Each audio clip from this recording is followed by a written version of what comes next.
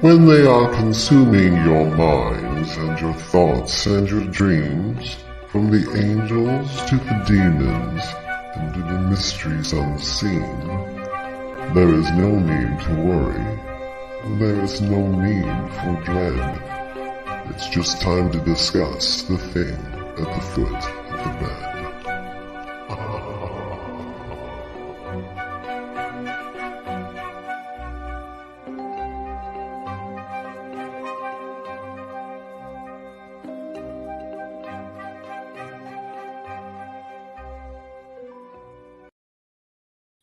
Good evening, and if you're just tuning in, you are listening live to UFO Paranormal Radio Network and United Public Radio Network, or we like to call it just UPRN, to the thing at the foot of the bed. And you are listening to it on 105.3 and 107.7 out of the beautiful city of New Orleans. And I am one of your hosts. My amazing co-host is next to me. I get rid of all the housekeeping things out of the way, and then I'll introduce him. Like I said, I'm one of your hosts. My name is Lorilei Potvin. I am a host here of my own show on UPRN called The Angel Rock on Mondays from 6 to 8 p.m. Eastern Standard Time. And then my amazing friend and amazing medium, David, and I co-host The Thing at the Foot of the Bed. Now, just a few things. First things, I'm going to do this so I don't forget, because I want to remind you guys, we've got this amazing opportunity coming up. And I learned this from one of our own hosts, who I think I may be joining tomorrow, the last hour of her show, Carrie Lynn Shellhorn. She's got Spirit Switchboard on Fridays from 6 to 8 p.m. Eastern Standard Time. And I believe I may be joining her from 7 till 8 tomorrow. So I borrowed this from her. So come hang out with us in Thunder Bay this October 2024, where I live, for the Lake Superior Paranormal Convention in Thunder Bay, Ontario, Canada. Tickets are available now, VIP Plus. There's Supernatural and VIP Pass tickets are limited. There's talks, workshops. I will be giving one of them. Carrie Lynn will be giving one of them. Let's see what else we got here. And Carrie Lynn will be giving messages from Spirit on Sunday for a special Spirits and Sweet event. Guest speakers will include Carrie Lynn Shellhorn, Shane Pittman, Jeff Belanger, Beyond the Haunting. They are on the Travel and Escape, Travel and Escape channel, I believe it is their show. Dee McCauley, he is from one of the cities outlying very close to Thunder Bay called Red Rock, and I've had him on the Angel Rock. And I've also done, when he did a Paracon, it was almost 5 years ago at the end of March. I can't believe it was that long. So it says Dee McCauley, Dark History, the Winnipeg Paranormal Group, and so many more. And she said, including myself. And then she said, special thanks to Lucky Paranormal out of Thunder Bay, Ontario. They're the ones that are doing this. Now, I have put that link in the YouTube comments. I will tell you how to find that in just a sec. But if you look up Lake Superior Paracon, you will find it very easily. So if you like what you guys see and you want to join in the conversation and you want to be part of the discussion, we've got Diane Brighton here, we've got Kelly, we've got Mary Erickson already.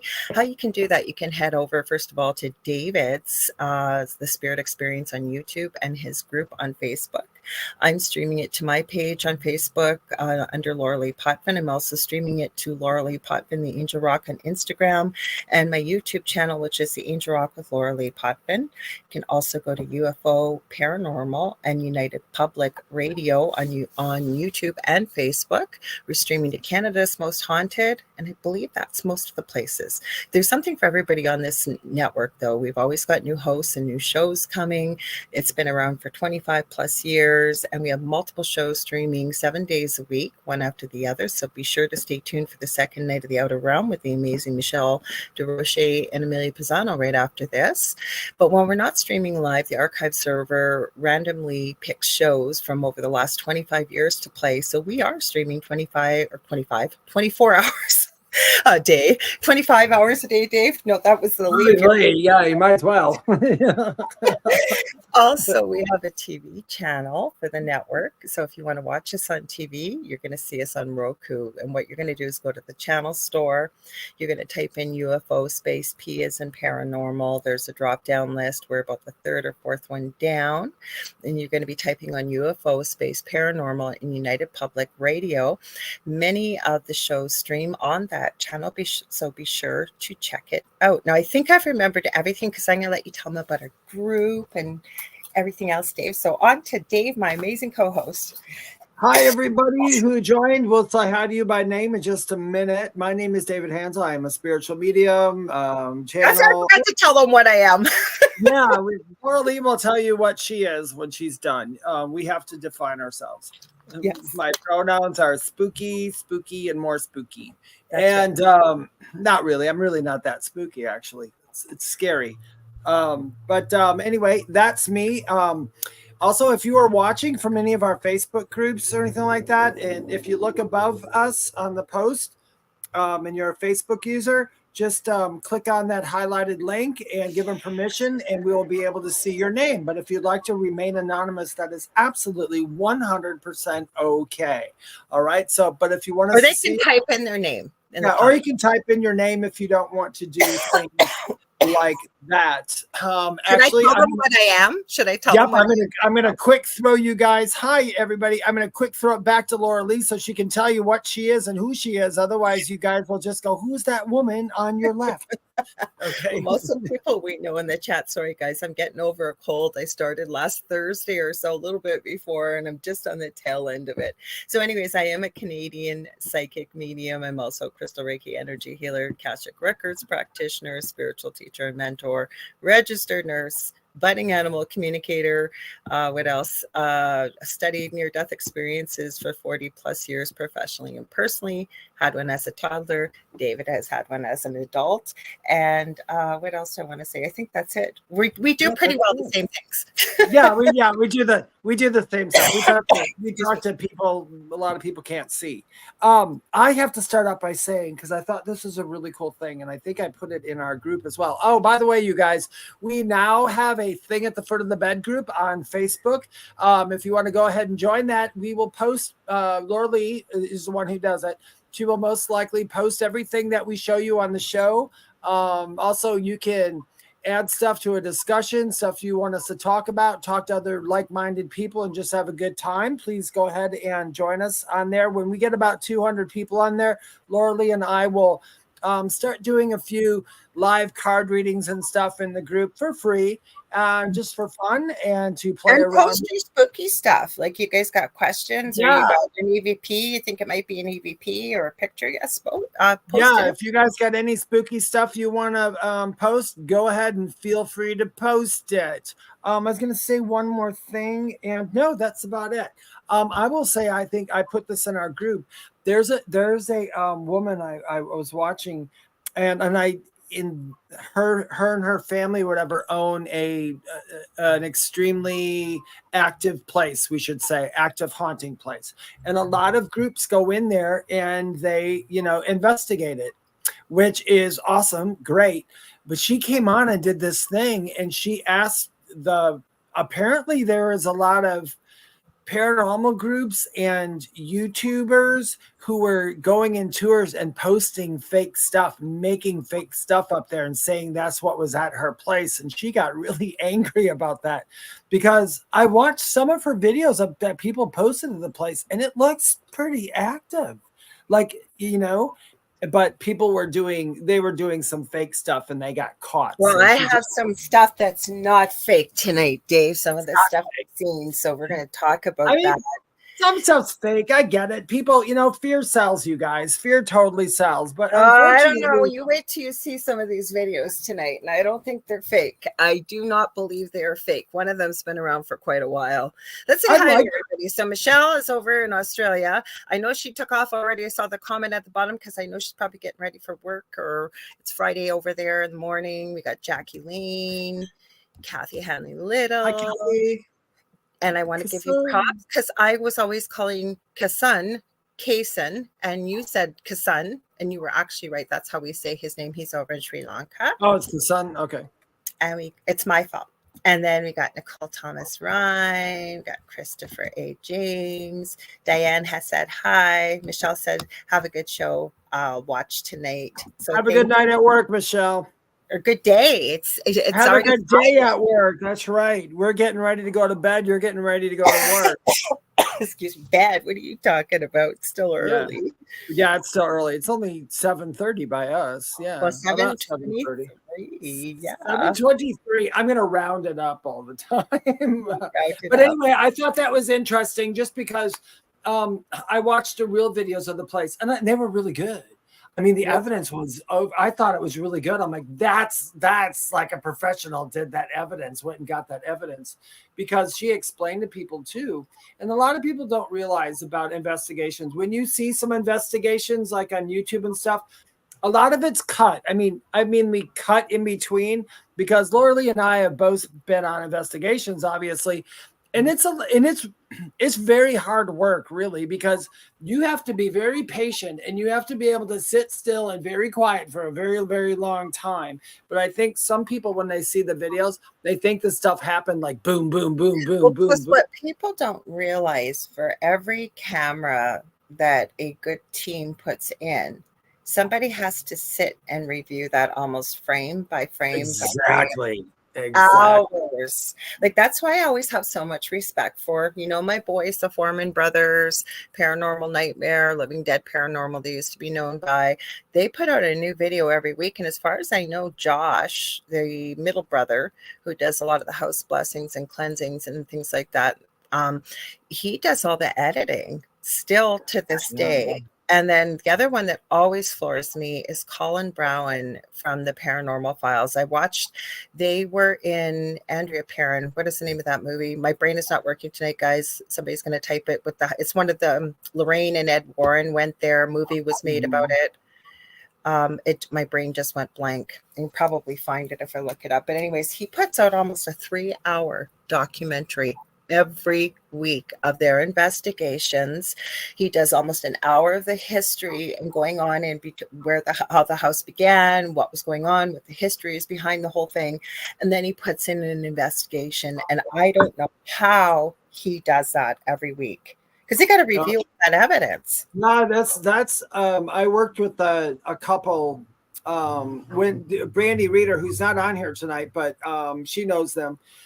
That guy, he was sat. I don't know how they do it. They sit in, the people who do that, you guys, I give you props, man, because I can't. I'm so impatient. Conjuring House. Now the Amity Yoga guest, Diane, I had that on my brain too. Conjuring House. Sorry, go ahead. I don't know. But anyway, they sit. I mean, they literally sit for hours. Like, if they do an 8-hour investigation, it's literally going to take them like 2 days to go through that, just staring. Well, however long they take. Well, you should listen with headphones, and you got to sit and watch. And like, sometimes you got to review, right? Because exactly. I always find that most spirits don't pop right out in front of the camera and go, hey, here I am. They're usually in the shadows or off to the side, or they're there for a split second and then they're gone. So you really have to have a really good look at your evidence, and people don't realize that. I'm glad you brought that up, Dave. And even about this lady, do you remember the name of the channel? I don't, and I didn't want to say it wrong. That's why I'm not saying it. And I can't remember the name of the house. She's on TikTok. I'll send it to you. It's in our group. I think I put it, but they have some good stuff. And I appreciate investigators who work hard and they actually get that stuff, and they're not trying to sell fear, because like some of their stuff, it wasn't scary at all. It was just cool. That's why, like, Colin drives me crazy. I'm sorry, Colin, I love you. His mom and dad and his brother-in-law investigate with him. And his dad's super chill. Jeff, everybody calls him Papa Spooks. And his mom, Mary, will go, and his brother-in-law, Colin. And him and his wife, Courtney, do Murder in America. They do a podcast every week. Like, I don't know how they do the stuff that they do, but he, when he sees something, he just goes ballistic. He's like, whoa, oh my God, it went off. But you know what we forget, right? And I guess you can understand it in a way, is it's dark. Even though we see it looking perfectly light, they're showing us through their equipment with the night vision. And once in a while, investigators, good ones anyway, at least the ones I follow, will show you what it really looks like. Like, you can't even see your hand in front of your face. So something like that's a really good point for a lot of you who watch those, and you're seeing the people's faces when we get them. It's completely dark. I mean, it is dark. You can't. And you know what? I have to say this: human beings But sometimes just are afraid of the dark. I mean, when it's dark, it just feels like for some people, they're going to feel more scary or creeped out just because it's dark. I mean, I'm used to the dark at this point. Some of the most notorious places, the reasons why I have so much respect for them is they've gone to places like this. I know the first time one team, I don't think it was Colin Brown's family, but it was another one that went, they got nothing at the Sally House. There's been a few things, like Colin usually goes to some of the most notoriously haunted places. And his belief was, I'm going to share this very quickly, that he never believed in demons. He was constantly out trying to prove the existence of something like that. I will tell you, he had, and he was very open about this, give this kid a lot of props, because he's not, I think he's barely 30 years old. He had a drinking problem and he went into rehab, and he made a video about it afterwards. Nobody knew about it. And he says he found God in there. Now, he hasn't become overly religious, but he never used to protect himself or do anything like that. He does now. And I know he does believe in some type of evil out there. He's still not saying it's a demon, but he said he does know, because they go to some notorious places. I guess we can just call it whatever he is. There is some things. I mean, I've walked into dark spaces. I'm not afraid of the dark, but I've walked in there and just felt off. Or like, you know what I mean? I felt creeped out by it. Was it a demon? I don't know. Somebody else might say it's a demon. I don't know. But sometimes I do. I'll feel creeped out, and I don't know half the time if it's just me or my imagination. I still do that to myself. Okay, well, the way I look at it, okay, and it's just my belief system is, I think we're in a duality on whether you want to call it 3D being on Earth. Yeah, it's a polarized place. But just like some people will say, I believe in demons, but I don't believe in a higher power. I've seen that. Or I believe in all positivity, light, and whatever, but no negativity. I don't think we can have one without the other, that we need both. Well, you do. I mean, no, you make a really good point. You make a really good point. Me and my guides and in meditations, and I have it written in some of the stuff that I've written down. When we come here, it's polarized. We're supposed to know. You have to, in order to know hot, you have to know cold. In order to know happy, you have to know sad. In order to know anything, you have to know the opposite of it. So we live in that kind of place. We do. And so if there's good ghosts, there has to be some bad ghosts. If you have a good something, there has to be a bad something. Now, what you call it, what you think it's capable of, how you view it, that's all you. I'm going to show you some interesting stuff tonight. The one house that they show, this is older footage. I've seen it. People have tried to debunk it. The people that own the house have done multiple interviews and had people try to debunk this. And the girl that it happened to went back the next year. Something happened to her when she went back. I'll just call it at that. Hello, Contessa Martins and Cassandra, you were saying meta psychics, is that what you were saying? I wasn't quite sure what you're talking about. I do want to add this. You know what I was watching before we went live?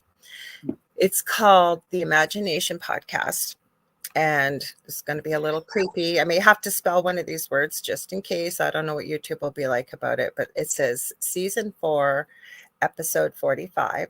And it's Niklas, and it's Niklas. It says Monarch Psychic Super Soldier on REM sleep, and then MKULTRA.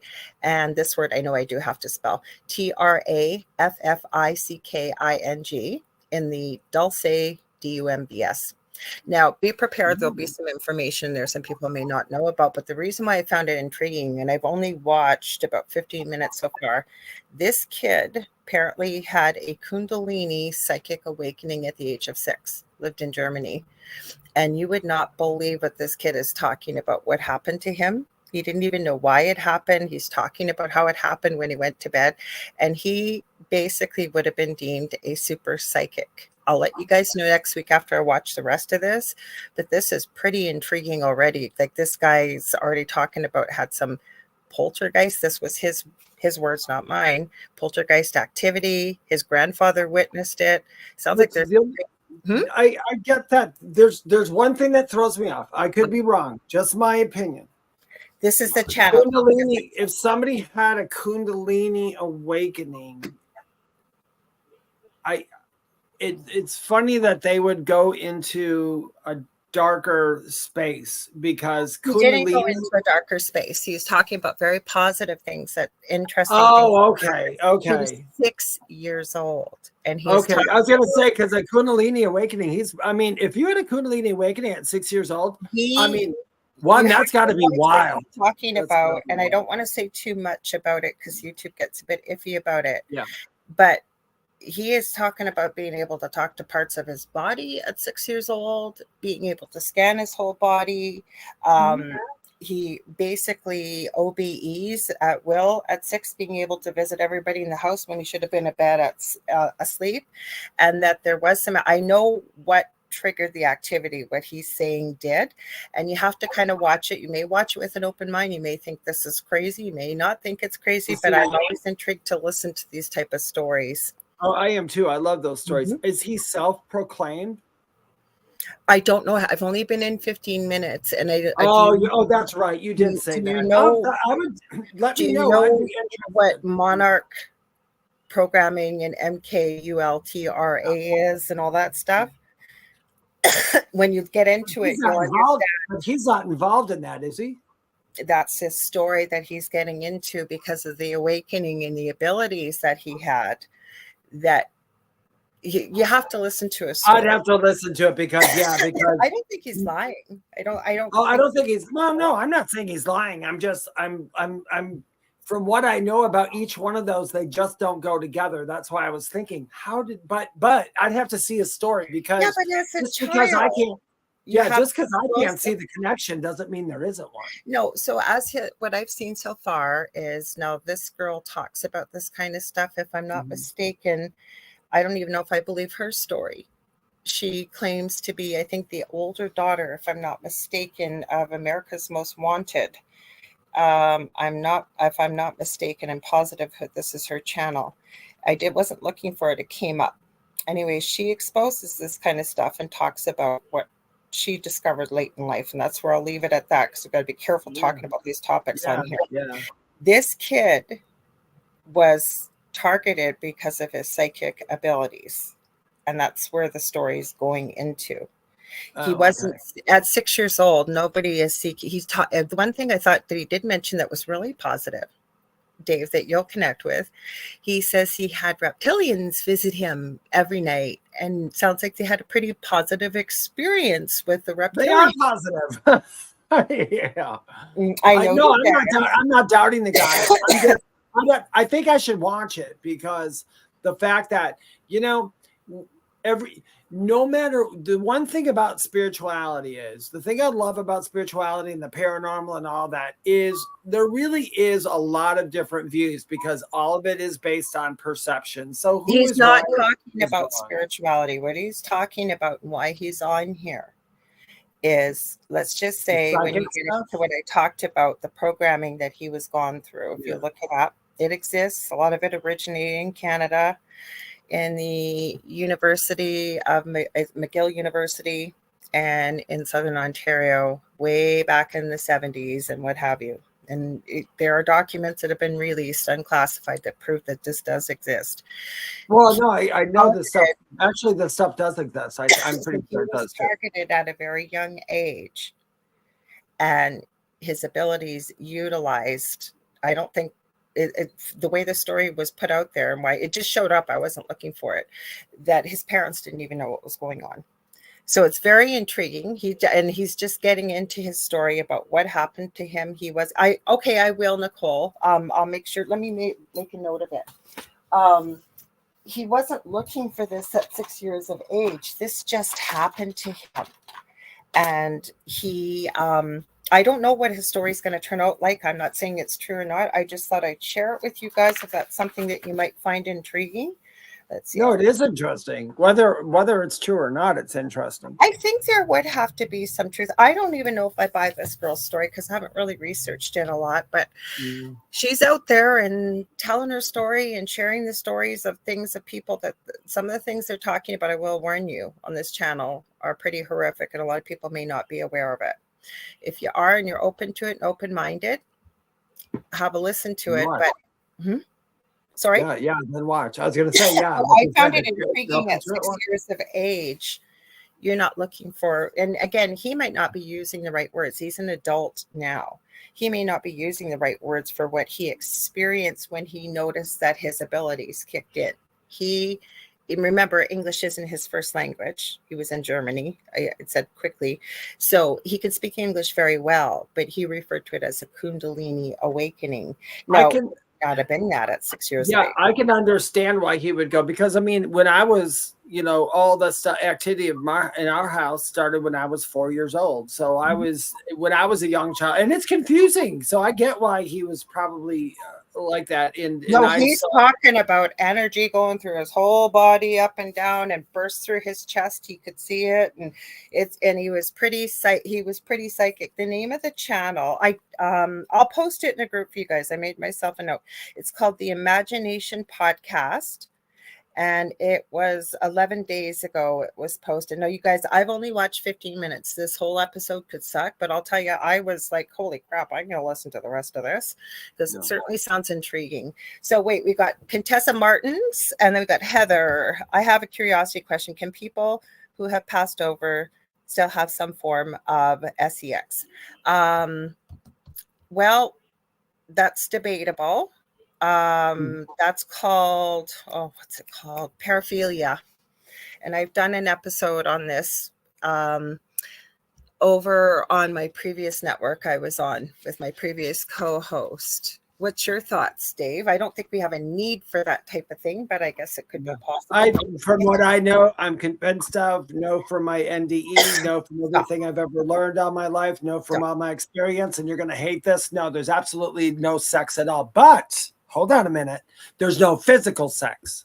Mm-hmm. Now, can you show some sort of emotional to someone? Yeah, sure.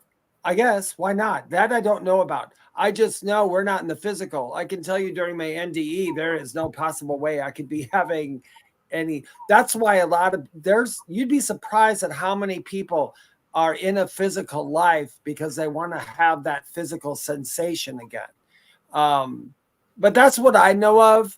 Do I know everything? Absolutely not. But like I said, through everything that I've ever learned, known, and everything from my NDE experiences and to talking to a whole lot of people on the other side, being a medium with validation, absolutely not. They not one of them ever said, "Nah, I can't wait to have sex again." They're like, nope, they don't care. But like I said, physically, no, probably not. Well, I'm going to add a few things to that. Mentally or emotionally, I think so. And then I know that there are some. It's called spectrophilia.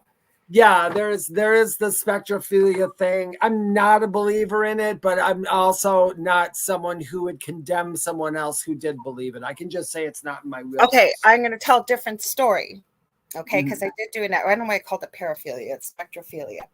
There was a story, and this is why we did an episode on this. Her name, Seraphine Hurley, was my previous co-host when I first began on this network and my previous network. And there was a woman over in Ireland who says she went into not uncharted, but basically waters that weren't associated with any country. And she had a big wedding out there because she was convinced that okay, you guys ready for this? You're going to all have a good giggle, because we did, that she was marrying the real 300-year-old ghost of Jack Sparrow. Okay. Yeah. They had a whole wedding. They had all kinds of stuff. She claimed she had a divorce and what have you. She said that she was having sex with the spirit. Then I have run into people. I've talked to people who have said they have had, and people I would believe, people that I know that have claimed they have had relations with ghosts, a spirit. But what I'm going to tell you guys is there are things such as succubi and incubi, or succubus or incubus, if you believe in that. Again, whether you believe in it or not, but I know there are women, I've met elderly women who were married for 50, 60 years and their husband died and they still claim they have relations with their husband. I don't know what they're having relations with. You can look into this. Hey, Jonathan, it is a whole It's a whole thing out there. You can take a look Yeah. at it, whether you believe it or People- not. Yeah. I'm not- I'm 100%, 110% convinced there is no such thing as physical sex after death. I Although, don't like I believe said, that's that there my is. belief. I don't That's- believe that you would be having relations with your spouse. Okay, because Yeah. David is right. We don't have a physical body. We don't. But We're not even a gender. That's the funnier I thing. We're not agree even a too. gender. But Yeah. if you, but people are asking. Maybe somebody's had an Yeah. experience or knows somebody that's had an experience. Well, There is a whole genre of the paranormal. Yep. There have been shows done on it before. I did one long ago, and take a look at it and see what you think. My thing is, if you are having relations with something that you can't see, and you really believe that you are, and I've heard of people saying this that have had paranormal experiences, whether you believe it or not, there are women that have talked about this, and men too. Is it exactly the same as a physical? No. But I'm telling you, there are people that claim that this has happened to them. So you can look into I've been kissed in a dream before that was absolutely no, felt. this is in the physical, wide awake. Yeah. Mhm. No. Okay. Well, I don't know. I'm not going to say much on that subject because I have my. I what haven't. believe. So, I haven't yeah. had that experience, and I'm not I've saying never had it, and I've had it in a dream, but I don't know. Yeah. Well, you can have it in Well, a you know dream. what happened? I will say this, you guys, just so you know, I'm not speaking from pulling it out of my butt because years and years and years ago, well before my NDE and everything, I had read a lot of the, what was her name? Sylvia Brown books. And she used to talk about spirits can merge. I think it's called merging on the other side, and they go through each other and they feel this, that, and the other thing. I also thought that everything was going to be like what she wrote, but when I had my near-death experience, it was absolutely nothing. And that's not saying she was wrong. That was your experience. But that's what I said. Yeah, that's what I was finishing. I said, I'm not saying she was wrong. I'm saying my experience was way different than that. I enjoyed my experience a lot better because I was not very crazy about the experience she talked about. But it is what it is. And when I looked it up, when was some of the first recorded things where people actually came out and said, I got this by a ghost, I did this by a ghost? It didn't start, and I believe it was like the beginning of the 70s. It was around 73, 74, but that doesn't mean it didn't happen. It just means that's when somebody first wrote about it. But before that, I can tell you, looking at people that have claimed that they have been violated, that they have been violated against some. Yeah, but hold on just a minute. There were some movies that came out in the 80s. High Spirits, if anybody saw it. One of my favorite movies. I love High Spirits. It was such a good movie. But it talks about these ghosts that on a certain night during the year, they can have relationships with their physical ones and they can't touch and all this other stuff. But actually, after that movie came out, that's when I started hearing a lot about this happening. So I don't know if it just started happening or if a lot of people were influenced by the movie. I don't know. I know that I don't believe in it, but that doesn't mean that it doesn't happen. That's what I'm going to say. Just because I haven't experienced it doesn't mean it doesn't exist. Yeah, it doesn't happen. Yeah. And the other thing is, I have seen quite a few interviews with people that have been claimed to have been violated, that were having activity in their home. They will explain it as not the same as the physical that you would be having with an actual human being there.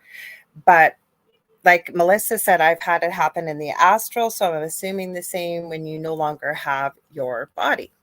So I don't know. I don't know what the answer is, but it's hard for it. Yeah. And I would be very, if you're asking that question for whatever reason, and I'm glad that you feel safe that you can ask it here. Yeah, you can ask. If you're experiencing that, I would be very careful with it. If it's in the dream state, I wouldn't be too concerned about the dream. Yeah, you're good. Yeah, you're good on that. The reason, one of the most, and I won't say his name just in case anybody gets, one of the most accurate psychics and mediums from the UK. He is nationwide known, one of the most accurate. I mean, the dude, like, it's scary how accurate and how that stuff comes out.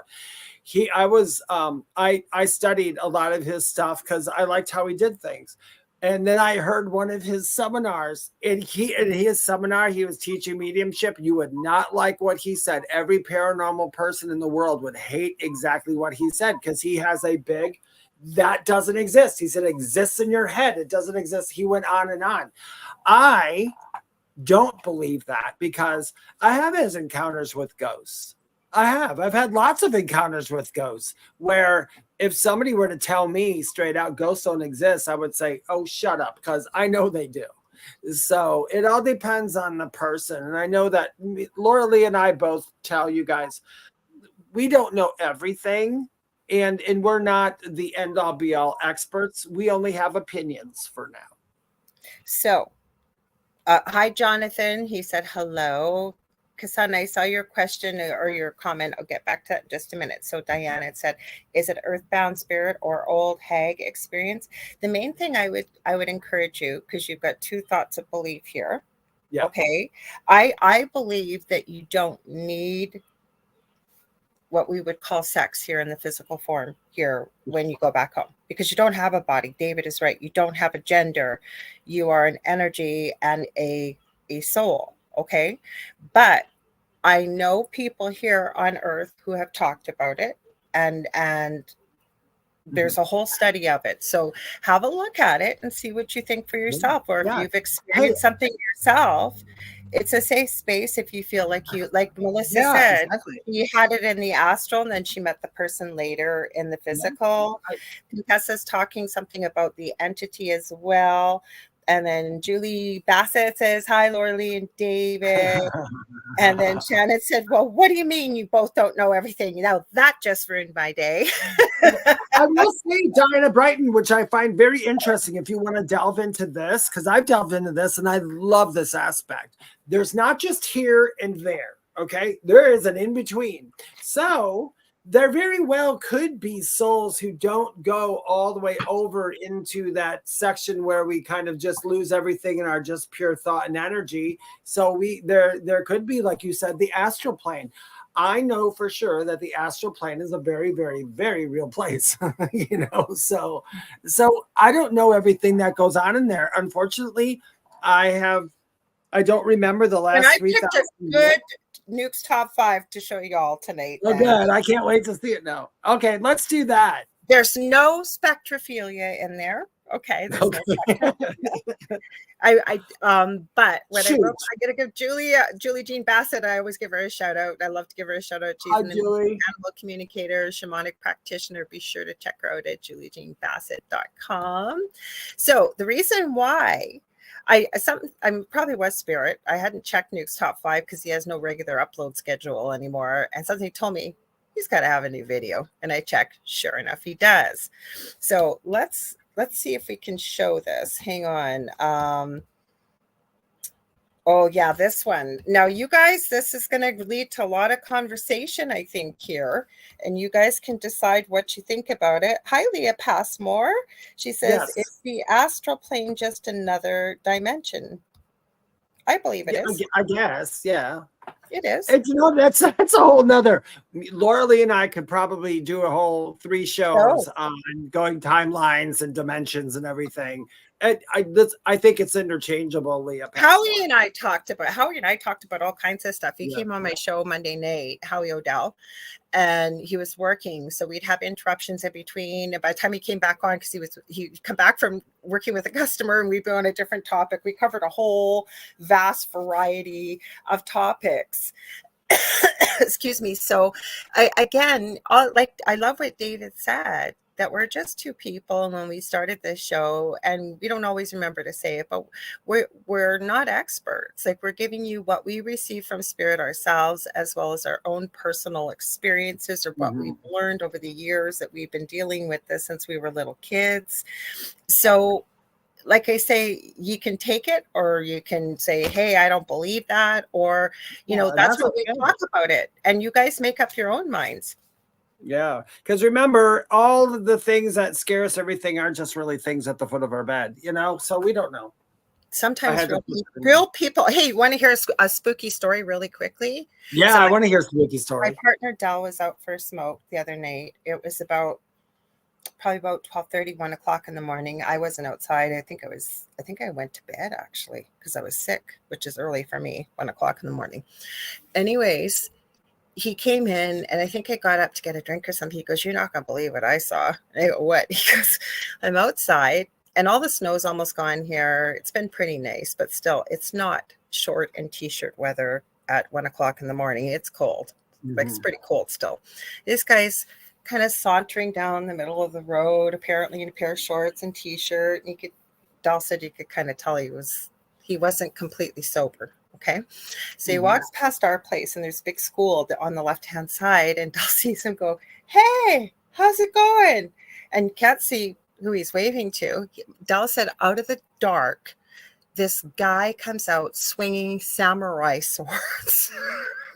Running swords like this at this guy. I go, "Oh my gosh, did you heard him?" He goes, "No, he's just standing there swinging all these swords."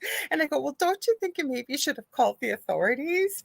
He goes, "I don't know if they'd come because they don't always show up here, right?" I said, "Well, hopefully they'd show up for a weapon. We haven't seen him since. I hope to never see him. And I hope wherever he came from out of that school, that he goes right back." It was not a spirit. It was a human being. That's why I said sometimes human beings are more scary than spirits. Yeah, human beings are I think I think a human being is more scarier than any poltergeist, demon, or anything. I think a real person is scary. Donna, that is precious. Do you want to read it? You want to read it? Yeah. Donna said, "When I met my guy, it felt like a 'hey you, I've missed you' feeling. Your thoughts on remembering people as if you known them before."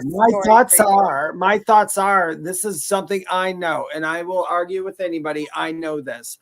It's because you remember them from the other side. It's because you were supposed to meet them. It's because of all those things. So if you're with that person, you were supposed to have that encounter. You're remembering. I always tell people, the people who are like your parents, your mom, your dad, all this other stuff, they're not just that after here. They can be your best friends on the other side as well. So can your enemies, because if you're going to learn something from a bad person, I'd rather learn it from someone who might be a friend on the other side. I'm not saying they all are, so don't take it as, you mean the person who beat me is my best friend over there? I'm not talking about that. I'm talking about the people who teach you the biggest lessons, like, yeah, Julie Bassett has said, yes, you have a soul contract with those people. We do. We almost have a soul contract with just about everybody we've ever met on this planet, even like for 5 seconds. You could be going through your life and need something said to you and all that. And because your higher self is on the other side, you're not doing anything to your contract. Your higher self is going to okay things. Maybe you need someone else to tell you something because you're just not hearing it. So a stranger might say 5 words to you that might change your entire life. And that's because it was planned. I don't believe in the chaos theory. I believe everything is divine timing. Okay, so Donna, I have a story for you, and I believe you 100%. Not that we don't believe you, but to go along with that vein. First of all, I love the movie. It's called, I always forget the name of it, and I love this movie. It's called Made in Heaven with Kelly McGillis and Timothy Hutchins. I've heard of it. Oh my God. It's an amazing story. Is it good? Yeah, it's back in the 80s, so you got to get past the 80s music and what have you. It's got Deborah Winger playing God, but basically Timothy Hutchins comes back from the war, ends up losing his life. I won't give it away how, goes to heaven and falls in love with a new soul who's Kelly McGillis. And all of a sudden she's leaving and he's devastated and he wants to go with her. It wasn't his time. So he's given 30 years to meet up with her, and they have to meet each other and fall in love again within the 30 years, or he completely forgets she ever existed. And what ends up happening is so many things. He did not come back in a great life or anything. It's a really good story. It's an excellent story. But along the lines of what, sorry, I got to go back. Here's it, Donna? Yeah, Donna. So I was 16 going on 17, and I was supposed to go to my 12th grade prom. And I had a boyfriend a year younger than me, and he ended up cheating on me and broke up with me 2 weeks before prom. And it has a good ending. Oh, good. So I wasn't going to prom. There's no way I was going to prom. I thought, screw that, I'm not going. Last day of school, because I used to play basketball all the time. So one of the guys I played basketball with said, hey, I got no one to go to prom with. Will you go with me? And I said, sure. So all my friends all had their tables, and a lot of my friends were at a different high school. Long story short, this girl I was a friend with, not a close friend, just a friend, she wasn't sitting with anybody either. And she said, do you want to sit together? And I said, sure. Mm-hmm. And I said, well, who are you going with? She goes, oh, it's this old family friend. Oh my God, he's so beautiful. He's blah, blah, blah, blah, blah, right? I have no clue who this guy is. So we get there first. We're at one of the way back tables at the back of this hall. Okay, there was over 400 people at this hall. I happened to turn around as he walks through the door, and I turn around and our eyes met. I swear to God, it was like time stopped. It was like we knew each other.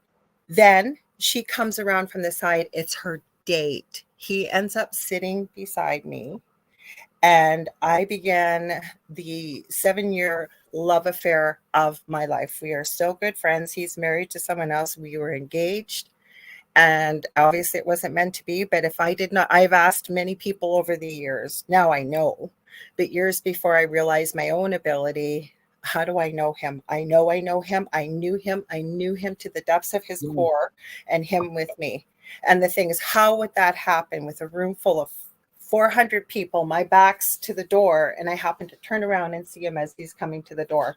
Exactly. Yeah. I'm a big believer in that. I think that's a beautiful story. Contessa Martin says, so we plan out our life before we come here. To an extent, yeah. Not all the situations. For me, I don't think all the situations are planned. Sometimes the situations are going to happen in order for you to learn or to experience whatever you came here. Some people just want to experience some things, some don't. That's my take on it, as far as I know, and my feeling on it, and how my life is and everything. But yeah, it's like even my NDE, I've come to learn more and more it was a, what's the word I'm looking for? A alternative to something. So I had alternative things that could have happened during that time. And that's what happened. For whatever. Contessa too, though. No, I don't believe we plan out our life. I think there's major things that can and will happen. Yeah, it's not everything. It will. Yeah. So we can, like, we come here with a reason. We're not here by accident. None of us. There are major things, like David said, this time your husband is who it is and your kids are who they are. And we have a soul group that we make agreements, I believe, to incarnate every lifetime, but we take on different roles, right? But not everything's planned out, because why would you come here? If everything's planned out, why be here? You know what the ending of the story is going to be.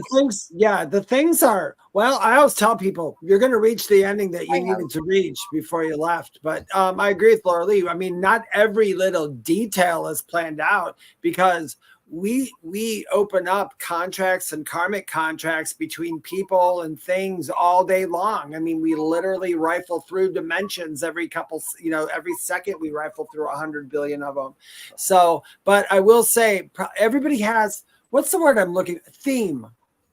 So let's say David has a particular theme I want to explore while I'm here. I'm most likely going to explore that theme.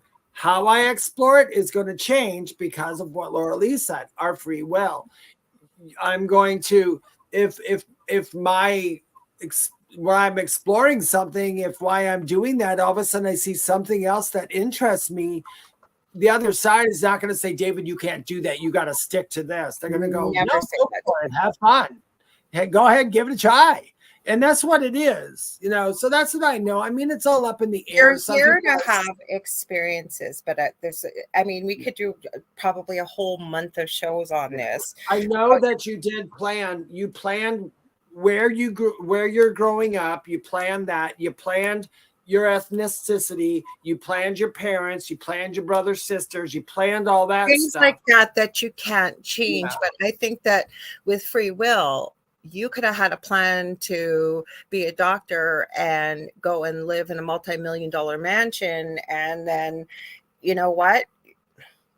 You, with your free will, go in an opposite direction. My theory, and it's just a theory, is I think that when you're on the right path, life is a little bit easier. It's almost like when you go off that path, I think that you're still getting those little nudges to get back right on the right path. It almost seems like life becomes a little bit more difficult. But with that being said, you could very well have planned to come here and have an experience, maybe clear a lot of karma, which we could do a whole show on.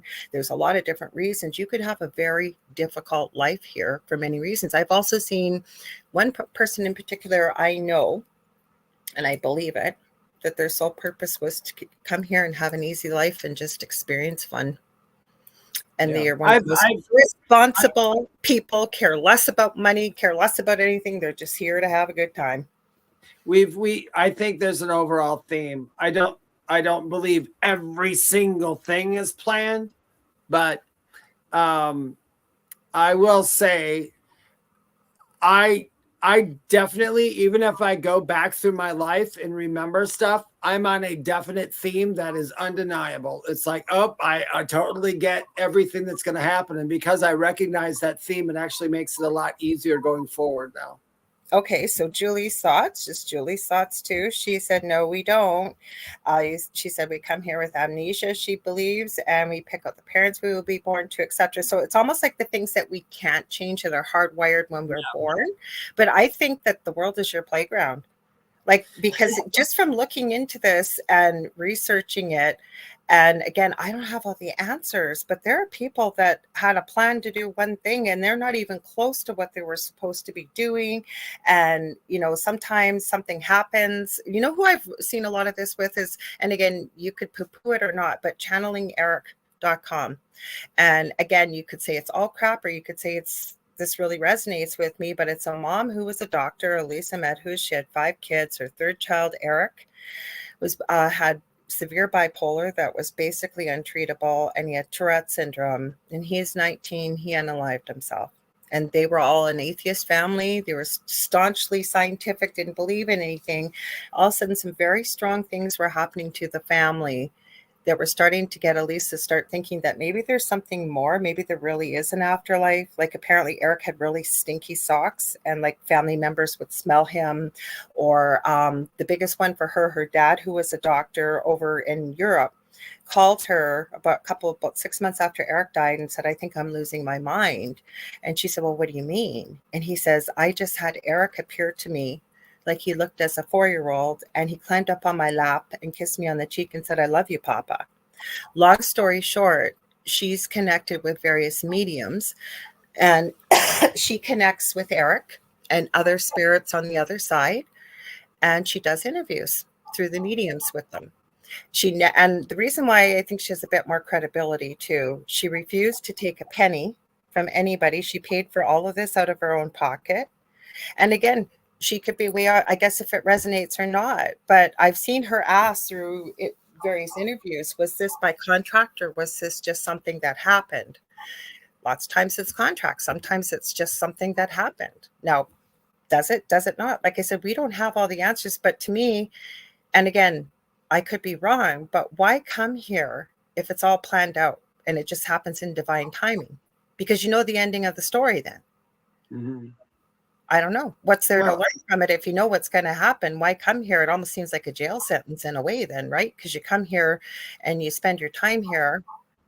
I don't know. Would I be wrong? What are your thoughts on that? Here's the thing. No matter how your life goes, you come in with a certain sort of things. Some things you can't change. They're always going to be there. But what you can change, what your free will always, like I always tell people, you can't pick every situation you end up in, but you can pick and choose exactly how you are going to perceive it. You can perceive it negatively, or you can perceive it in another way. That's up to you. That's not the experience. That's how you choose to process the experience. That's part of the experience. Just like I know Nicole says her husband says he's just here to live his life.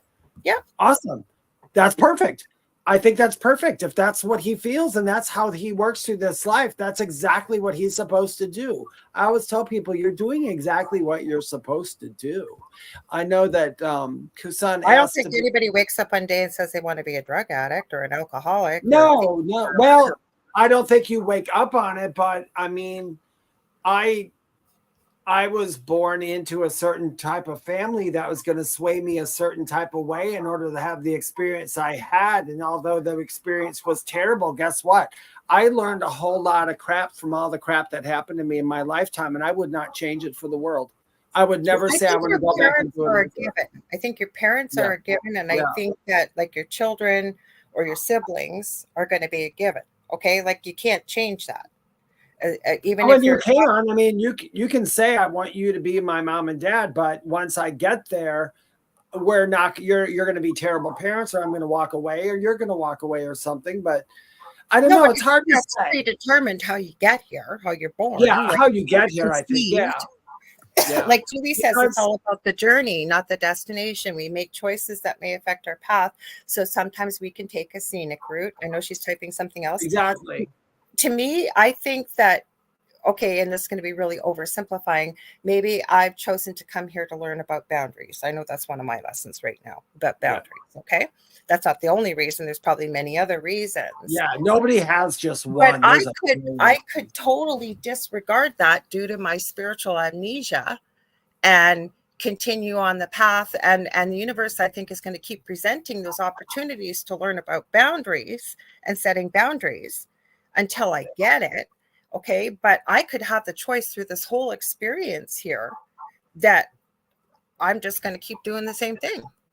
I'm not going to change. Had I known when I was younger, you know, like I had a terrible childhood. I was threatened. I was bullied. It was absolutely awful. I tried to off myself several times when I was in school, and it never happened, of course. But when I look back, and like I used to be mad at it, and when I look back now and people ask me, they're like, "Are you mad at all those people?" I'm like, "No, not really, because they made me the person I am today." That was your choice on how to process the experience, David. You could have carried that anger and bitterness, and exactly. I could have, and I decided not to. Mm-hmm. Yeah, but that doesn't mean it was all planned out. Like maybe that was part of something you were meant to experience, but you knew you were. Oh no, it was planned out. It was on how you were going to deal with it. Yeah, no, I know it was planned out. Everything that happened to me was totally planned out. And maybe that was the way you planned this lifetime for yourself. That's what I mean. I planned to learn something from certain situations. How bad the situation got, or how good the situation got, or how fast I learned it was probably dependent on me. But honestly, I don't remember everything. All I know is that when I came back to my NDE, the biggest thing that was taught to me that I was supposed to do was forgive. Forgive. And for all the people who are bad, were your greatest teachers, and you should appreciate it and move on. And that's what I've always done since then. No, but I think Contessa makes a good point. It's all about the choices we make in certain situations. It is. We always have choice. And maybe for you, maybe the things that you're experiencing, you did plan out. But I think that for most of us, life isn't planned out. That's why we have free will. Because right? Like maybe that was part of your lesson, was learning about forgiveness. I think personally for myself, and exactly. Having all the answers, it's all about service to others, not service to self. And it is about forgiveness. When you look at all the near-death experiences I've looked at throughout the years, that's one of the biggest things people come back with the messages about forgiveness. Yeah, it is. It's all. Yeah, that's the name. That is absolutely true, Lorilei. Mine was the biggest thing. I've never forgiven so many people in my entire life when I got out throughout these years. It's just because, one, it just feels better. I think it's a universal purpose of human beings to learn about forgiveness. I really, really do. And it all depends on how you think of everything. In the end all be all of everything, I believe that we are all the same person. So it is hard to look at life that way. And a lot of people don't like that, because when they look at it that way, they think that they're forfeiting something about them. They think that they're not going to be them anymore. You're always going to be you. Always. No matter whether we all got together into one body or not, you're still always going to be you. Always, always, always, always.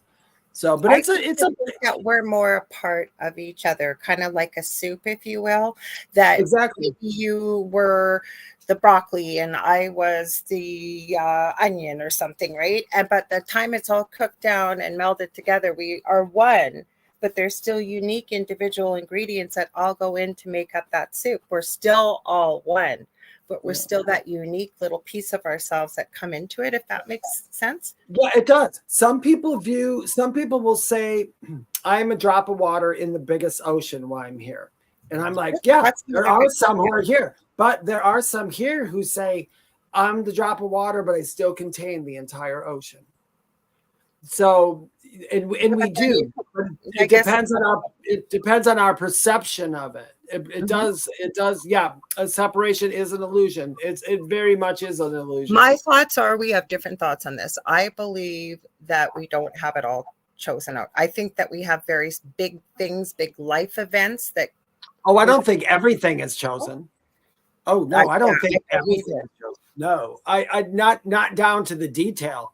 I'm saying though that as we go through, the divine timing takes over, and by calling it divine timing, it just means the perfect thing will happen at the perfect time if you allow it to. There's the operative word. Yep. If you allow it to, and free will. Yep. I'm going to read Nicole's comment here. She says, I realized recently some really crappy stuff that happened in my life was part of a plan to help others, and it was not my crap. Now the guilt I have over the experiences has improved, and I'm ready to move on from those things. And you know what? That's awesome. Yeah. It's awesome that you were able to have that perspective, Nicole.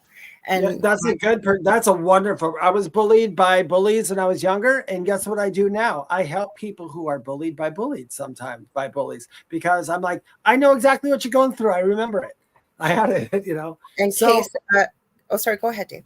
No, I was going to say sometimes we'll take one for the team in our life, but it's in order, like Lorilei said something, it's to be service to others.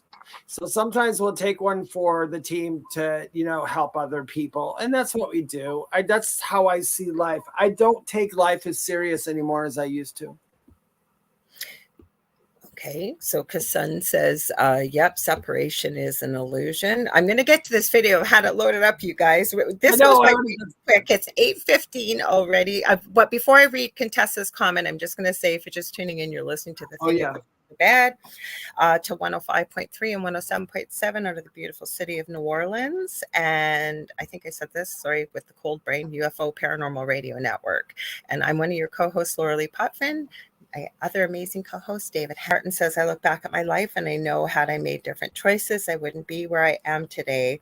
I'm here because of my choices. And I will agree, because I always say embrace it all. Because you see people who look back and think, geez, if only I had done this when I was 16 or whatever. And to me, I say embrace it all, because you wouldn't be the amazing, wonderful, incredible being that you are today had you not made when you want to learn something, go learn it. And if you don't want to learn something, don't learn it. Because you know what? Some people are here to be spiritual people and go through that whole awakening thing. And some people are not. Some people, like Nicole's husband said, I'm just here to live my life.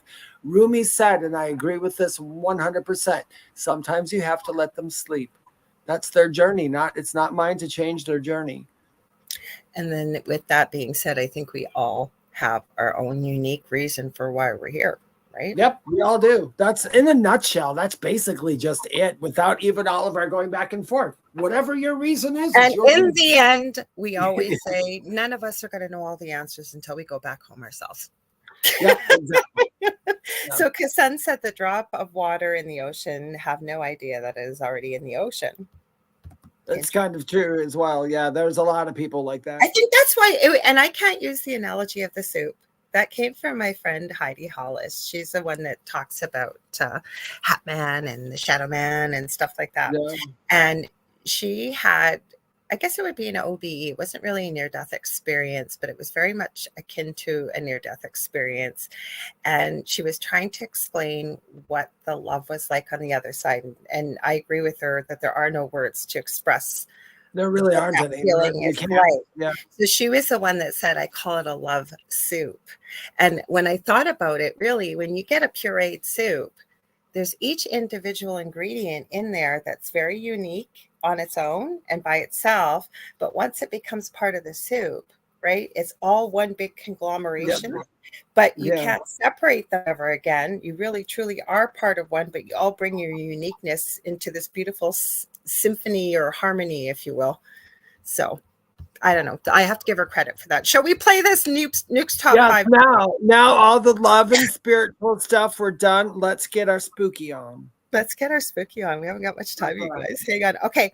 So I'm just going to play this for, can you guys see it okay? Because it's YouTube. Yes, no? Can you see it, Dave? I can see it perfectly. Can you see it? Okay, you can see it. Good. Okay. Hang on. I might be able to make it big screen. Let's see. Children were enjoying a quiet night at an Airbnb in Anchorage, Alaska. It's late in the evening when the kids fall asleep in Jordan's arms, and he takes a video to preserve this precious moment. What happens next absolutely scares the out of him.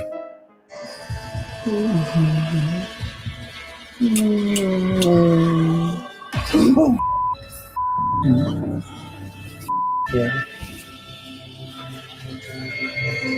Nothing here. Nothing here. Oh my god, I'm so. Oh my god, look, legit goosebumps. Oh my god. What the is that? Jordan hears a creepy growl, and when he looks at his phone, he spots the dark silhouette of a figure with no visible features standing right behind him. He jumps up and spins around, but there's nothing there. The figure has disappeared. To this day, Jordan still has no idea who or what was in the room with him and his children. He still worries about what might have happened if he hadn't been awake.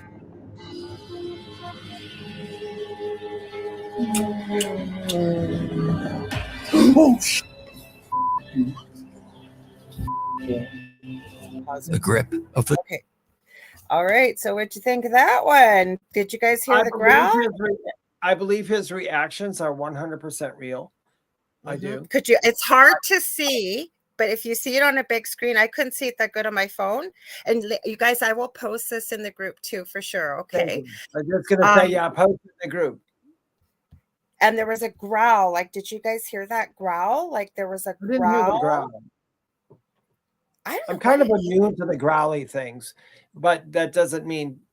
But I did hear something. That poor guy, though. I'll have to say, when I watched it, when I first started watching it, I'm like, all right, my feeling is this guy's not bull-essing us. This is his actual thing. What it is, I don't know, but it would. And you know what, though? I have to say, I've been in the position where I looked behind me and something creepy was there. It scared me. So I get it. He wasn't looking for that. He was filming his kids asleep in his arms, that's what I mean. And he's about to kiss one, and he hears a growl, and it's hard to see. It's a faceless shadow, and then it's gone. So I'm not saying. I mean, maybe that's how whatever noise it made came out. I don't know. But whatever. Yeah, 1 minute, gone the next. I don't know. People are saying that is spooky and creepy. Well, let's go to number 9 here.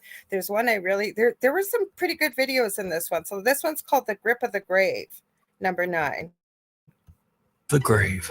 Jimena Barón, an Argentine star with more than 6 million Instagram fans, usually posts glimpses of her daily life as she travels, acts, and sings. But one day she posts a video on her Instagram story that is very out of character. The video is security footage that shows Jimena hanging out at her friend's house in Argentina. Something happens that Jimena says still gives her chills to this day. Oh, what happened there? Hang on, guys. Oh, now they want to know if I agree that they're relevant. They're just going to be neutral. I don't know why you did that. Sorry, guys. You won't see it very well here.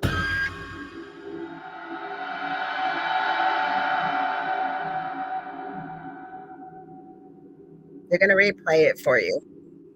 Jimena says she felt something forcibly touch her back. She jumps up and turns around, expecting someone to be there, perhaps playing a prank. There's no one. But did you see it? Well, probably not, because this video looks like it was shot with a potato. But after posting the video to Instagram, Jimena's worried fans pointed out that in the video they see 2 ghostly hands grabbing at her head and right shoulder. Jimena says that she is shocked and doesn't know what to do other than to just move on and try to forget. Since then, Jimena has never posted anything more about the paranormal. Mimic. So, what'd you think of that one? That was pretty creepy. It's a real reaction. The whole hand. She never, I like that he said she's never posted. There's quite a few videos like this in here. Hi, Sandra Sharp, that they've never posted paranormal videos before. And this was caught on a security camera. I didn't see, now that I know where those hands are, as soon as I watched it, I could see it. See, wow. I can't. I still couldn't. Even when they said it, I'm like, well, it all depends. I didn't. That's the part of the video I didn't like, where they said, viewers wrote in and said there's hands watching there. Well, now that you said there's hands watching that, of course we're going to see it. Yeah, but he slowed it down for you to see. Yeah. So, and I still didn't see it, but that's just me. But I thought, but you know what? It is. I will tell you this, guys. It is unnerving to get touched by something that you can't see. It really is. And I think, and I know that. Okay, and so does TikTok girl. Now, I downloaded one of her videos, but I hadn't watched the whole clip of this, and he includes it in here. See what you think of this one. I don't believe, I'm going to tell you right up front, this is something sinister. See what you guys think. I don't think it's sinister. It's called The Mimic, okay? Melody Rose from Los Angeles, California is recording a TikTok video about perfume when something very strange happens. Okay, if you're like me and you're looking for a new signature scent that like will have you needing to beat off men, pause, but you know what I mean, like you won't have to beat them. Let me rethink this. Basically, everybody will hunt you down and be like, what are you wearing? Because one time I had left the room and this chick followed me and she was like, even though you're no longer in the room, I can still smell you. What is that? Bitch, this. And I keep buying the Discovery sets. One, because they're cheaper. Two, because this brand has so many scents that I'm like, which one do I even love? Like, I don't know. I'm leaning towards the Arabian Tonka. I think that's how you say it. An unidentified childlike voice can be heard saying, hey, and Melody. Beat off, pause, but you know what? I'm like, which one do I even love? Like, I don't know. Now, Melody doesn't hear this voice at all and is completely unaware of what she just captured. So she switches to another topic and records another video. But then she hears it. Okay, first of all, why didn't anyone tell me that if you have... yeah?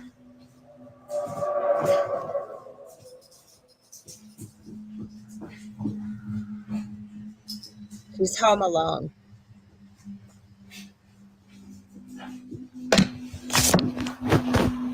My bad. So I forgot. I didn't think about it. I'm home alone. And I thought someone called me and I'm home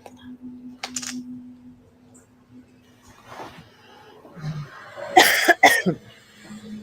Melody.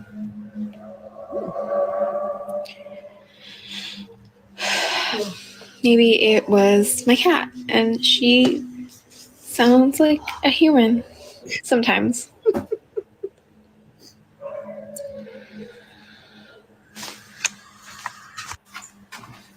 It's still longer. That was you, right?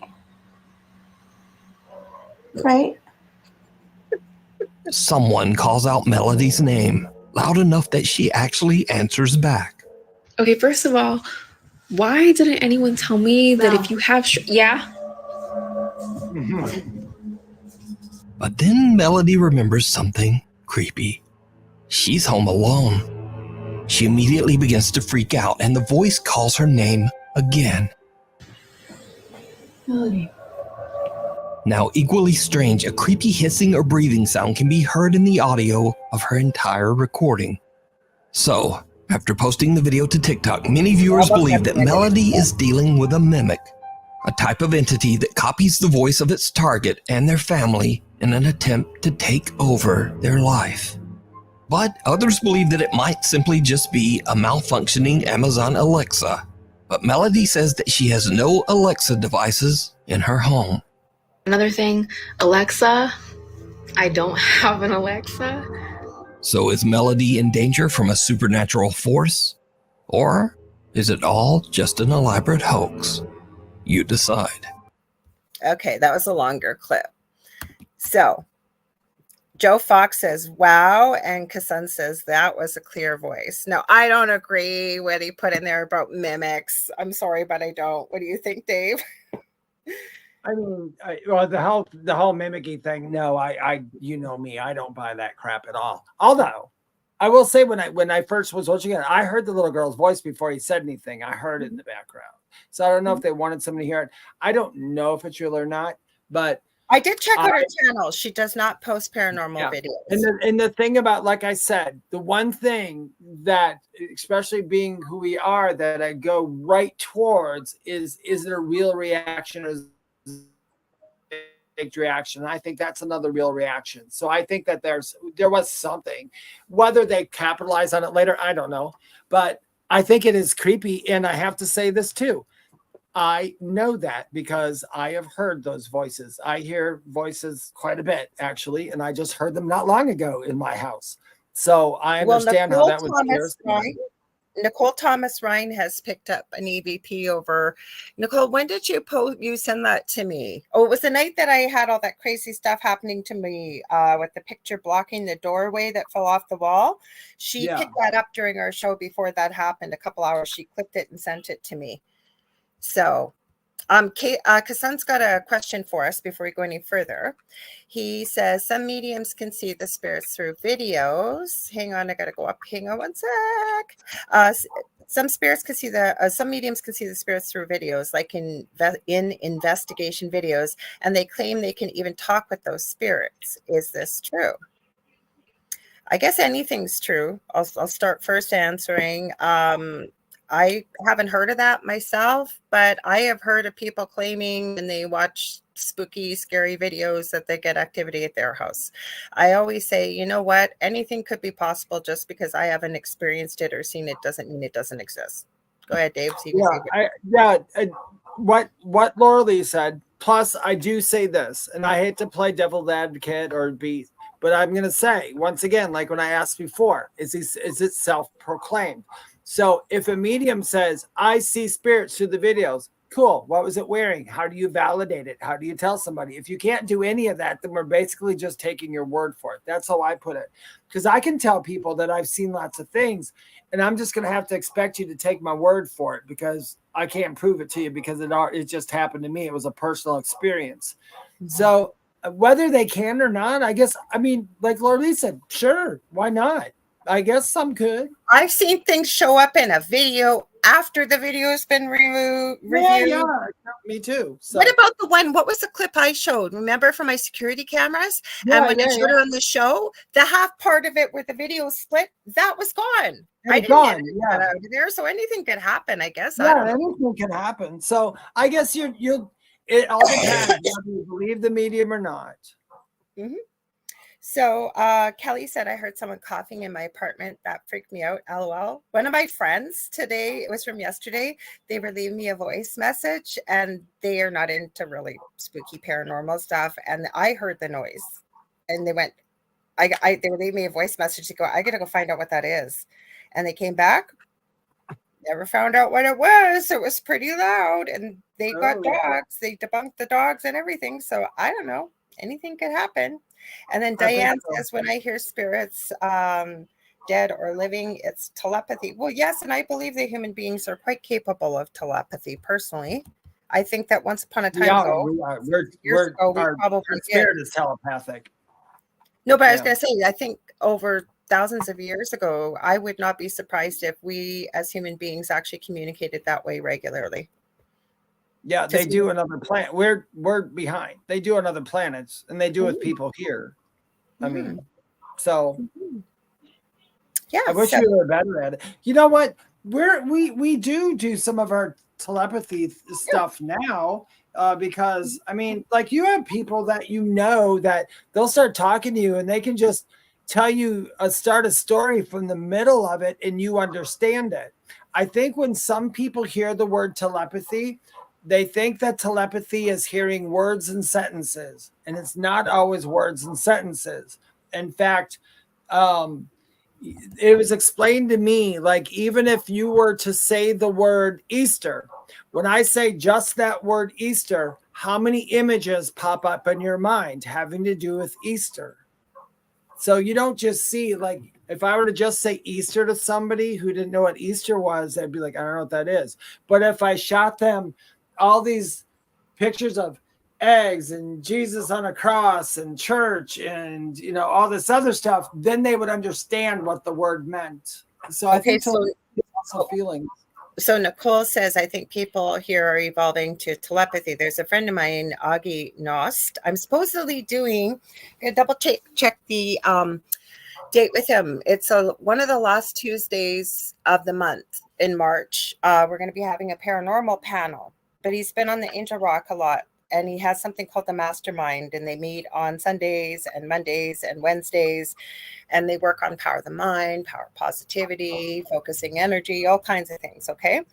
And anybody can join, by the way. You just have to write, I think it's the mastermind@gmail.com. and just ask for the Zoom link. Anyways, he's given this exercise to people when he's been on the Angel Rock. And what he suggests, you want to practice telepathy.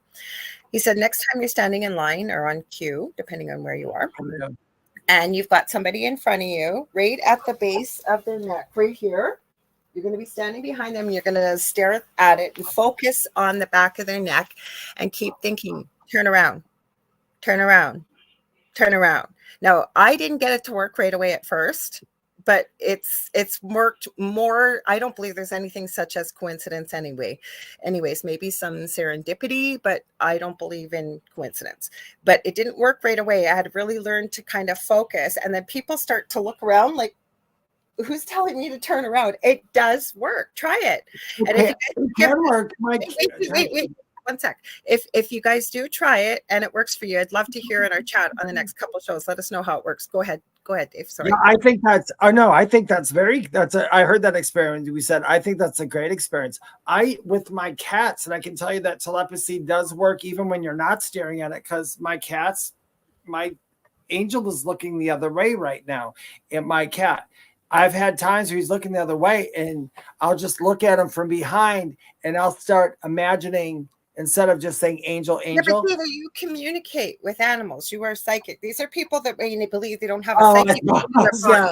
Well, no, but I don't. But what I'll do is I'll flash the picture in my head of me petting him, of like, this is me petting you. And I wonder if he picks that up, sees that. He does, because you can communicate with animals, and I know you can. Yeah. But I'm talking about somebody that doesn't believe they have a psychic bone in their body. Oh, yeah. Well, yeah, they should try it, because even that's what I'm asking. You guys can talk to animals just like I can. Like we can. Or try it with a person, because a person, sometimes, and Julie will validate this, sometimes it's harder to communicate with your own animals. A little bit more difficult when you're first doing it.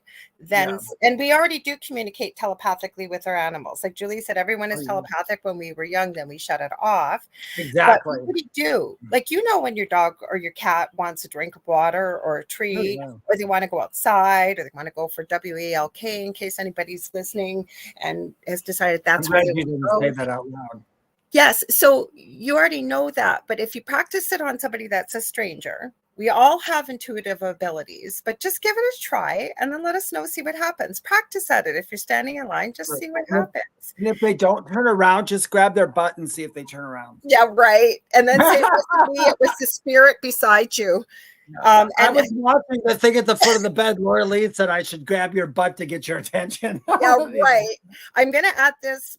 Sorry, I got to move up one. It was with Kassan before I read Nicole's. So Kassan said they were a group of mediums. They were validating each other. You're talking about, can mediums do this? And it sounds like to me that you believed with the previous question, could mediums pick up things out of a video, an investigative video? So anything's possible. So yeah, everything is. So Nicole, I wanted to comment on this. You said, think of people with autism. They communicate more nonverbal. I'm going to back that up a little bit. And again, I'm not an expert on every person that's autistic. And the thing is, right, and they say this and I believe it, you meet one person with autism, that's all you've met is one person with autism. That's why it's called a spectrum. My son is autistic, but most people with autism find it actually almost painful to maintain eye contact as well as try to listen or what have you. So I don't know so much if they communicate telepathically. Could they? Probably.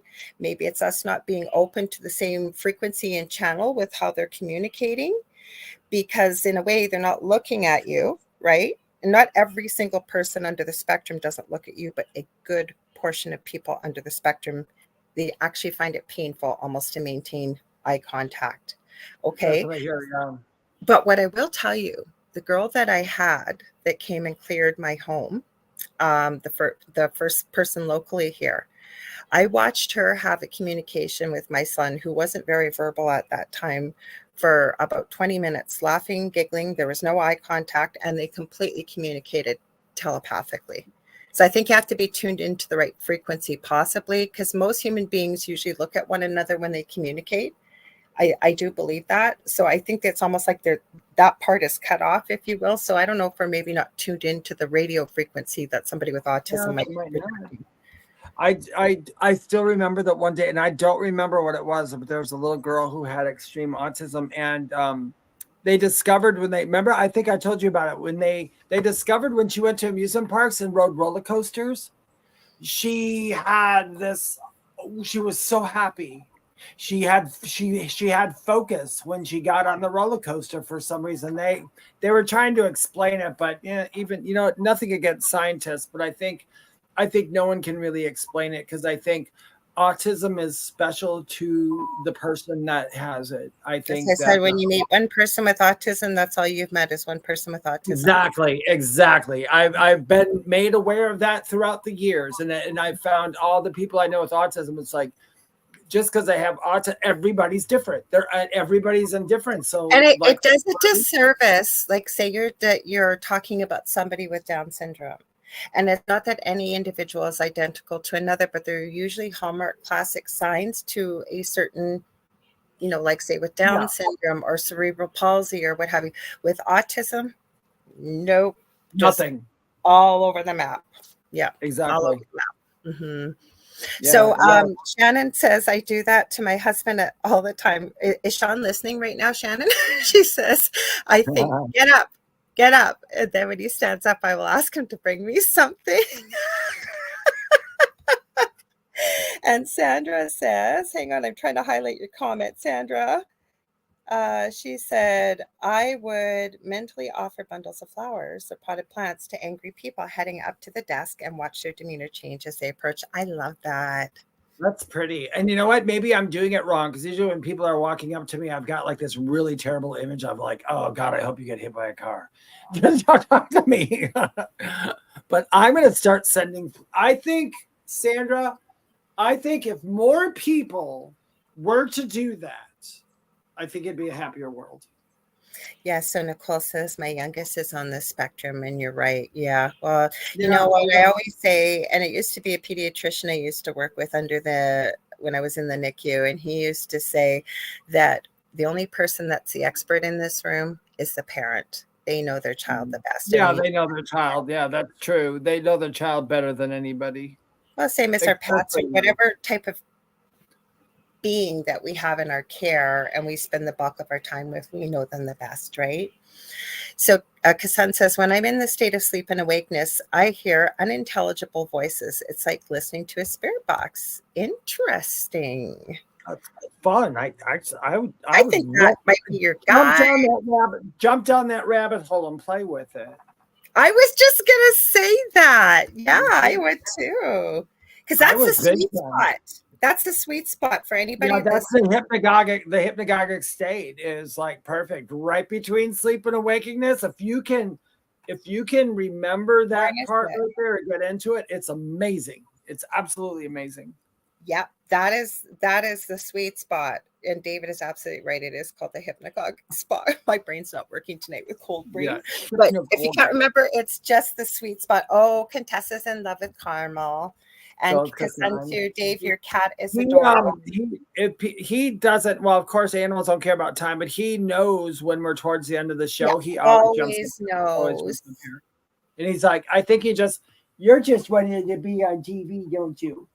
Yes, and he has a little visit with us. He's very patient because Dave and I usually have a catch up after the show, and he sits very patiently and he'll gently tap Dad's shoulder, like, Dad, it's time. Yeah, for TREAT. He wants a TREAT because he knows when we're done, that's what I do. I get those. Well, we might have time for one more video, so hang on. I want to thank you, by the way. You're sweet, Carmel, everybody says. Are you sweetie? Okay, we're gonna I want to the one I want to show. Let me see if this is the one. Hang on. Scream. Sierra J. Casey, a concerned mother and No, this one's not the one. There's one because we're not going to have enough time for all the videos, but you guys can watch it when they post it. It's the next one, I think. This house is notorious for activity. Is this it? Let me see. I don't know. This is just investigating. Hang on. I think this might be the house. Hang on. Let me see. Oh, what?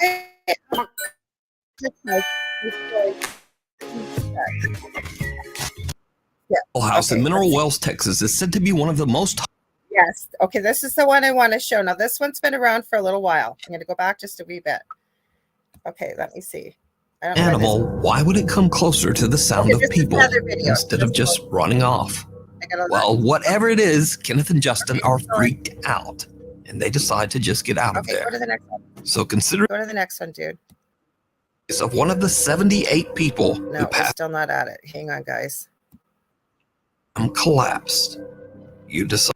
Okay, Collapsed. Go to the next one. You decide. Okay, this is the one. The Haunted Hill House. This house is the Hill House in Mineral Wells, Texas, is said to be one of the most haunted locations in the U.S.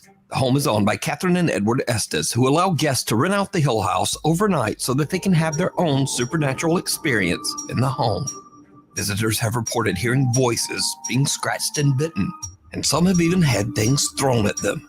The owners say that most guests get so freaked out that they leave early and often don't even make it through the night. So one night, a group of friends rent out the Hill House just to have a little spooky fun. Now, none of the group are paranormal investigators. In fact, they're not even really believers in the supernatural at all. But that is about to change. One member of the group, Victoria, lays down on a bed and jokingly starts to taunt one of the spirits that is said to haunt the house. Needless to say, it did not go well. Yeah, watch. I know, Nicole. It's as you can see, she was yanked off the bed. This was not a fall. And then they ran out. We're going to rewind that, and we're going to show you in regular screen.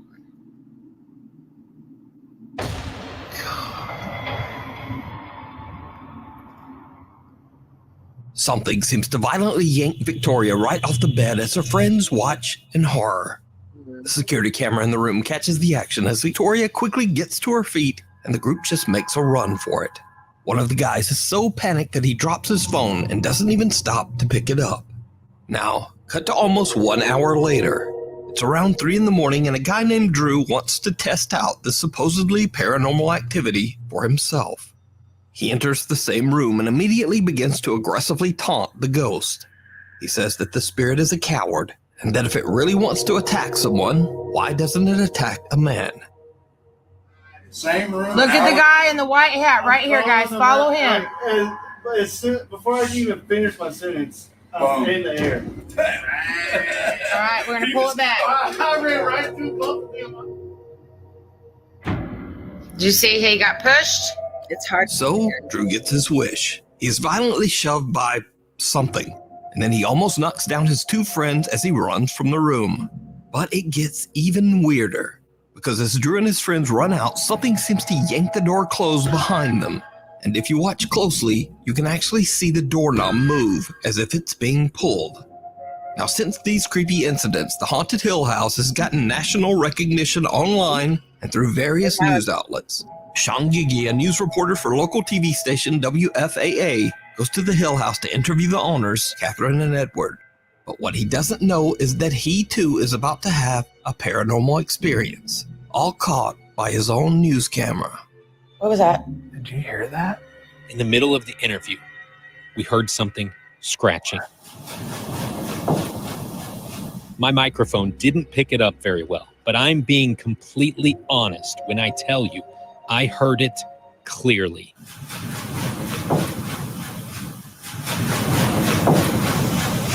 And the creepy incidents at the Haunted Hill House just don't seem to stop. Because remember Victoria, who got yanked off the bed by some unseen force? Well, a year after her first terrifying visit, Victoria returned to Hill House again. And this time, something scratched her back so badly that her shirt was soaked in blood. So is the Hill House in Mineral Springs, Texas, one of the most haunted places on Earth? And would you stay overnight and taunt the spirits inside? I wanted to end it because we haven't got a lot of time. That is an older video. You can watch that whole investigation because I know it was hard to see on there. There's a lot of people that have watched. Julie Jean Bassett said, I used to live in Mineral Wells, Texas a long time ago. I wish I knew about this back then. Nicole Thomas Ryan, I watched several investigations of Hill House. And Kassan said, I watched an investigation of Hill House just day before yesterday. I have seen a lot of videos. This house has some crazy activity. That lady did get pulled off the bed. But what do you think, Dave? Nobody really wants to know what I think about that. I spent a lot of time getting very angry in the video. One, I detected from a couple of the people talking in the background, they were drinking. That was stupid. The fact that they were taunting ghosts, I'm like, if somebody did pull her off the bed, I wish you would have pulled her out the bed and threw out the window, because why would people be so cruel and they use a place like that?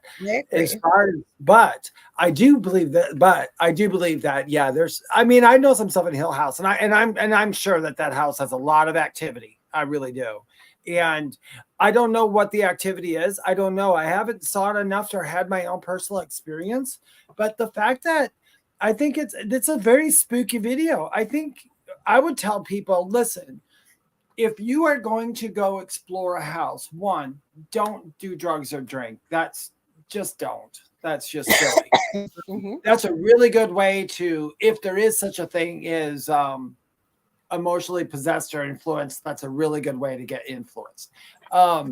Second, I hate the fact that they just let anybody rent out that house to do it to taunt spirits. And then they go, oh, it's full of evil things. You know, they could all be perfectly good ghosts. Well, okay, I'm going to stop you right there.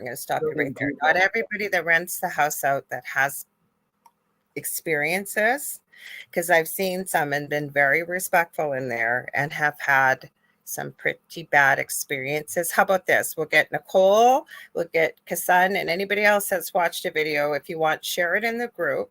Not everybody goes in there to get taunted, to taunt them. I hear you. That's what I mean. Yeah. Disrespectful to spirits either. Okay, I think we need to treat spirits respectfully, just as we would any other human being. Just because you gotta always ask people.